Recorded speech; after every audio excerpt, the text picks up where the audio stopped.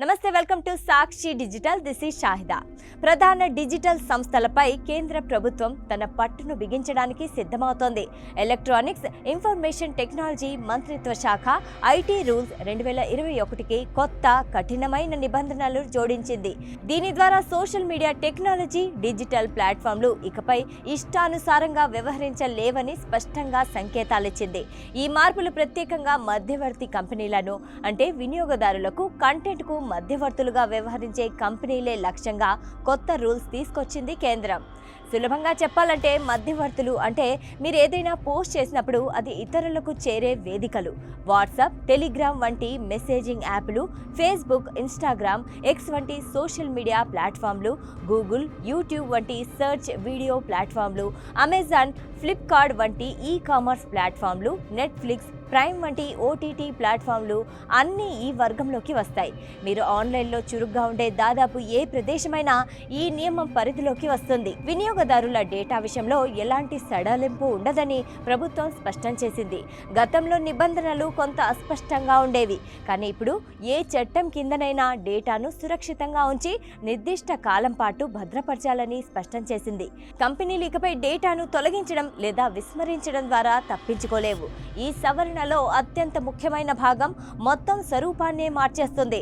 ఇకపై మంత్రిత్వ శాఖ ఏదైనా మధ్యవర్తికి ఏవైనా సూచనలు, సలహాలు, ప్రామాణిక కార్యాచరణ విధానం లేదా మార్గదర్శకాలను జారీ చేస్తే వాటిని తప్పనిసరిగా పాటించాల్సి ఉంటుంది. గతంలో కంపెనీలు దీన్ని ఒక సలహా అని చెప్పి తప్పించుకోవడానికి ప్రయత్నించేవి, కానీ ఇప్పుడు అది పనిచేయదు. ప్రతి ఆదేశం రాతపూర్వకంగా ఉండేలా, దాని చట్టపరమైన ఆధారాన్ని స్పష్టంగా పేర్కొనేలా, అది ఎవరికి ఎలా వర్తిస్తుందో కూడా వివరించేలా చూసుకోవాల్సిన బాధ్యతను ప్రభుత్వానికి కూడా అప్పచెప్పడం జరిగింది.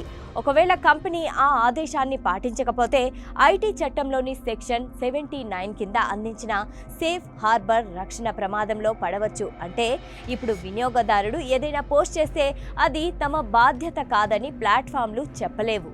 నిబంధన 8కి మరో ప్రధాన మార్పు చేయడం జరిగింది. దీని ప్రకారం వార్తలు, సమకాలీన విషయాల కంటెంట్ ఇకపై కఠినమైన పరిశీలనకు లోబడి ఉంటుంది. ఈ నిబంధనలు ఇకపై వార్తా ప్రచురణకర్తలకు మాత్రమే పరిమితం కావు. సాధారణ వినియోగదారులు అటువంటి కంటెంట్ను పంచుకునే ప్లాట్ఫామ్లకు కూడా వర్తిస్తాయి.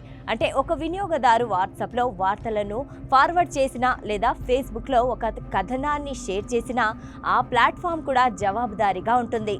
ప్రభుత్వం ఫిర్యాదుల పరిష్కార వ్యవస్థను కూడా బలోపేతం చేసింది. నైతిక నియమావళిని ఉల్లంఘించిన లేదా సకాలంలో నిర్ణయం తీసుకొని కేసులను విచారించడానికి ఇప్పుడు ఒక కమిటీ క్రమం తప్పకుండా సమావేశమవుతుంది.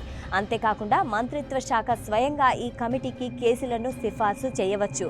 మరో ముఖ్యమైన మార్పు ఏంటంటే ఈ కమిటీ ఫిర్యాదులను ఆమోదించడం లేదా తిరస్కరించడమే కాకుండా నేరుగా మంత్రిత్వ శాఖకు సిఫార్సులు కూడా చేస్తుంది. ఈ నిబంధన ప్రకారం కేవలం కంపెనీలకే పరిమితం కాదు, సాధారణ వినియోగదారుల డిజిటల్ జీవితాలను కూడా మార్చివేస్తుంది. ప్లాట్ఫామ్లపై పెరిగిన బాధ్యత అంటే కంటెంట్పై కఠినమైన పరిశీలన అని అర్థం. కాబట్టి ప్రజలు ఇకపై సోషల్ మీడియాలో ఏదైనా పంచుకునే ముందు మరింత జాగ్రత్తగా ఆలోచిస్తారు. ఐటీ చట్టం 2021కి చేసిన మరో ప్రధాన సవరీకరణ అయిన ఈ సవరణ డిజిటల్ ప్లాట్ఫామ్లను నేరుగా నియంత్రించే అధికారాన్ని ప్రభుత్వానికి కల్పిస్తుంది.